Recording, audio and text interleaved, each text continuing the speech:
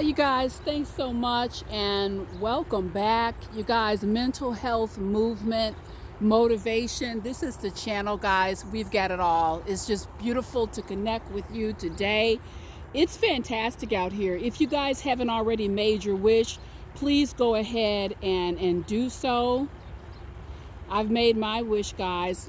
Let's go ahead and get started on our walk here today. You guys, I want to jump right into the content.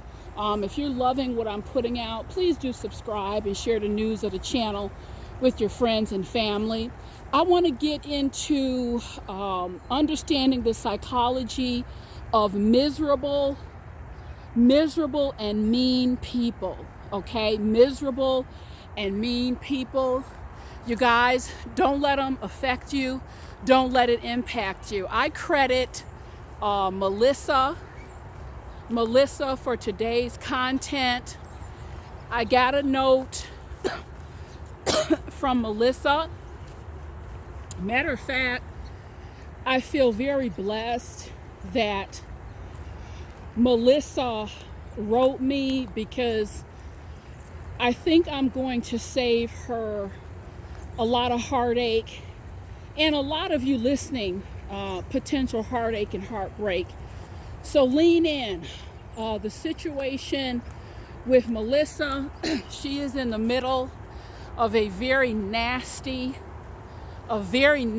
divorce, guys, and she does not understand. She said, "Sheila, I really don't get it. We've been at it for a couple years now. I finally gave in. To him. I'm walking away from some things that are rightfully mine. The divorce was his idea. You know, he's gonna make a mint. And he's still not happy, Sheila. I'm still being tortured. He is not treating me well. This has been years and years of emotional and verbal abuse. And her question to me was, how is it? How can it be? He's getting everything that he wants, and he's still so mean. He's still so mean and miserable. Melissa and everyone else who's listening, I want to clear this up, and today I want to take you into the innards, if you will, of those among us who are just miserable and mean. I've made some other content, some other videos, just scratching the surface of this topic, but today I really want to take a deep dive. This is a much deeper dive, guys. Melissa, make a long story short, your soon-to-be ex-husband, the reason why he has everything he wants, he has a new girlfriend. You have signed or are about to sign documents really giving him money that he's not entitled to. So your question is, why? Under those circumstances, this should sound like this should be the happiest man on the planet. The reason why he's not is because he is eaten up with misery from the inside out. And I want to be clear with you guys. We kind of dance around these issues. I'm going to nail the topic.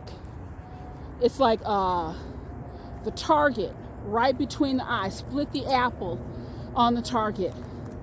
The people who are the most miserable among us, it is because they are joined, joined, they are joined with evil. They are joined with evil either by a conscious or by an unconscious choice. What do I mean by that? A lot of you hear this, well, Sheila, is it for a drama effect? Are you trying to be dramatic this morning? on the YouTube channel? No, ma'am. No, sir. I'm telling you what I know based on many, many years of doing this work. This is not a hobby for me, guys. This is my life's work. I've prepared for you, spent a lot of time in school, then during the practical application. So this is the real deal. I say that they are joined with evil, and the proof is in the pudding. People who do not make a conscious effort, and this is not once a month work, this is not twice a year work, this is daily work, guys. Living a righteous life, lifted, caring for your soul, trying to lift up the souls of others. People who basically throw in the towel, and abdicate responsibility. The abdication of responsibility for decency, basic decency, guys. When you throw in the towel, that is an open door for misery and meanness to move in to the forefront. And I really do have a personal problem with miserable people who, just as a natural offshoot, oftentimes they're very mean too. My problem with them is fundamentally they are lazy. Not necessarily in terms of work ethic, meaning 9 to 5, what you do, if you will, to bring home the bacon. They are fundamentally lazy in terms of their responsibility and the obligation, personal growth and development. They have no focus in these areas. And so they throw in the towel. And when okay, that's a helicopter. Woo, helicopter overhead. And when we are not working on ourselves consistently, constantly making deposits in that bank of self-growth and development, you guys, it's a done deal. You better believe something is working on you. You better believe that something is, when you're not working on yourself, it's a sure bet that something is working on you. Want to go a bit further into some more characteristics of miserable people. And I also want to give you it's a cautionary tale, and it's a strong warning. You may have, if you watch the Science Channel, they talk about black holes, wormholes, things of that nature. When you think about a miserable person and you're trying to do nice things for them and kind things for them, and you wonder, Sheila, why doesn't it resonate? Something should resonate with what I'm doing. You guys, it doesn't resonate because it's a black hole. It's like taking $1 million and you just throw it down a bottomless pit where there's no end. You guys, there's not enough cookies, there's not enough cake, there's not enough bread. You can't fill it up. A whole grocery store, you can pour down this black hole. It's a void. You guys, these people are fundamentally void. So I want to go further into some more characteristics. And then, Melissa, I'm going to give you some very specific advice on what I feel you should do if you have not signed these papers. So another couple things to keep in mind about those who are miserable and mean among us. Your sadness and your dismay and your despair, it does not compute. They don't have a mechanism where processing how you feel or how you've been hurt, it does not register. This is why they can so easily make excuses again and again for their poor treatment of other people, because generally it's never their fault. It's never their fault. The misery that is within them, because they are joined with evil, and we know that evil, that energy is filled with distortions and lies. We know that. That is factual, and those facts bear out across the board. So you will find, even when often the most egregious acts, and you will ask yourself, aren't they moved? Why aren't they moved by that? They're not moved by it, guys, because they're joined. They are joined with evil. And evil does not allow for normal filters of compassion and empathy. So it's been heartbreaking and sad to see many good people spend years, months, day in, day out. You're trying to understand what you're dealing with. You guys, you cannot understand it. You will not understand it. Even if you're joined with evil, you cannot understand it, because that energy clouds. It clouds and distorts. I know a young man, beautiful spirit, beautiful person. Mother has been abusive for most of his life. I've witnessed him just jumping, running to the store when she needs money, writing out checks, just over and over again.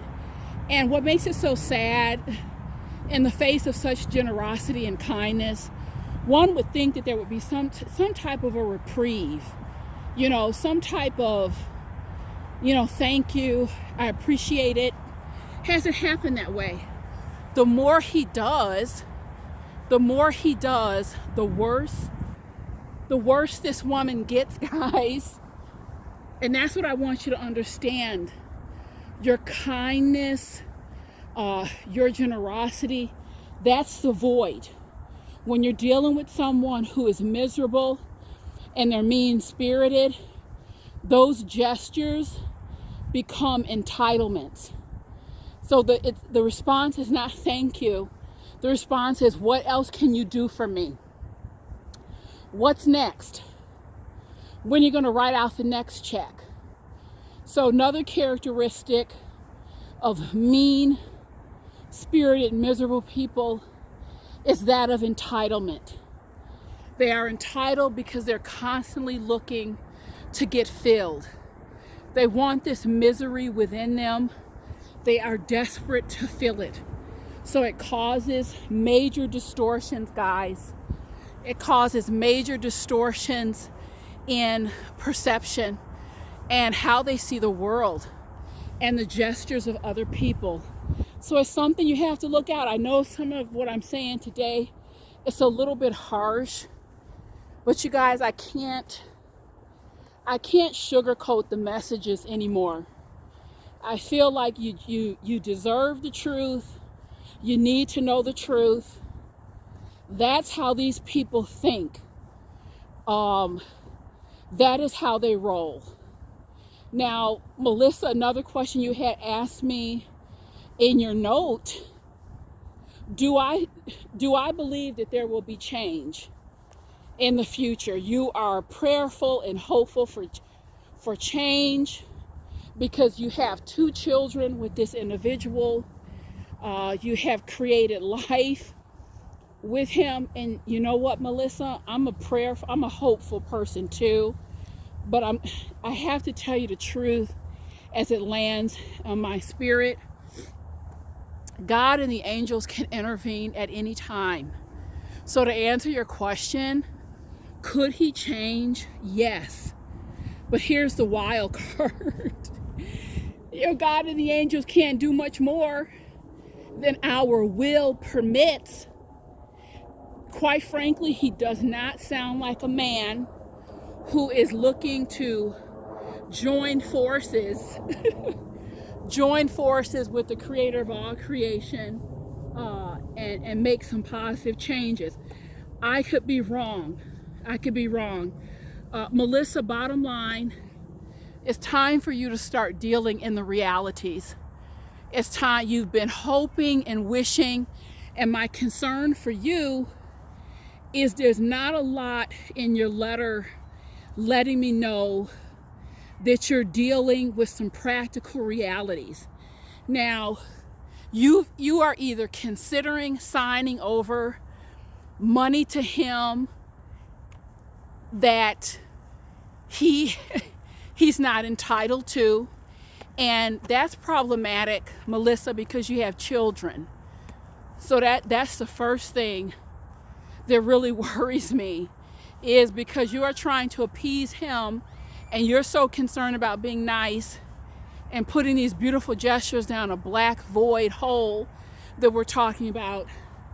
You're really going to, it sounds like, ensure that your children come up short.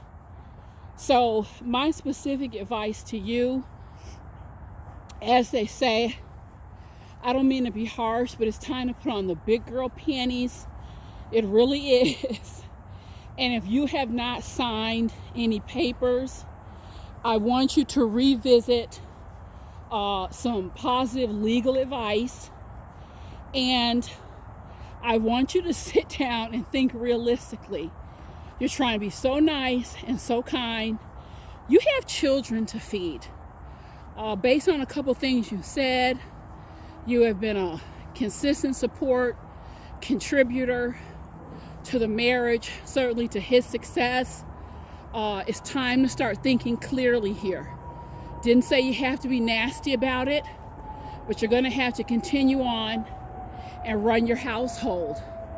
I don't think that there's anything you can do. You want him to be this amazing human being and this amazing father. Bottom line, it doesn't sound like that's what he is at this point in time. I like to wish, I like to hope, I like to dream at all times. I also like to remain rooted in reality. And the reality is, again, I have to keep it straight. He sounds like a jerk. He really sounds like a jerk who's taken you and his children for granted for a very long time. A very long time. And he is mean and he is miserable because there is an aspect of him that is joined with evil. There's no other way to say it. I don't want to put everything out here that you shared in the letter, but the behaviors you described, there's no way to sugarcoat it. A lot of them really just, they're evil.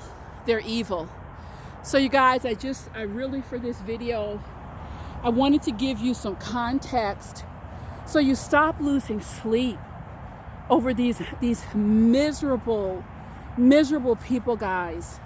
And the mean and the miserable, the reason why you can give them the sun, the moon, and the stars, and it means nothing to them, is because the sun and the moon and stars that you give them, they don't experience them as gifts. They experience them as, it's whimsical. It's light as air. It goes down that black hole. It doesn't touch them. So stop. Some of you need to stop. I know you don't want to. It can be difficult, and you're trying to toil with this, and let me look at it this way or that way. No, let's not.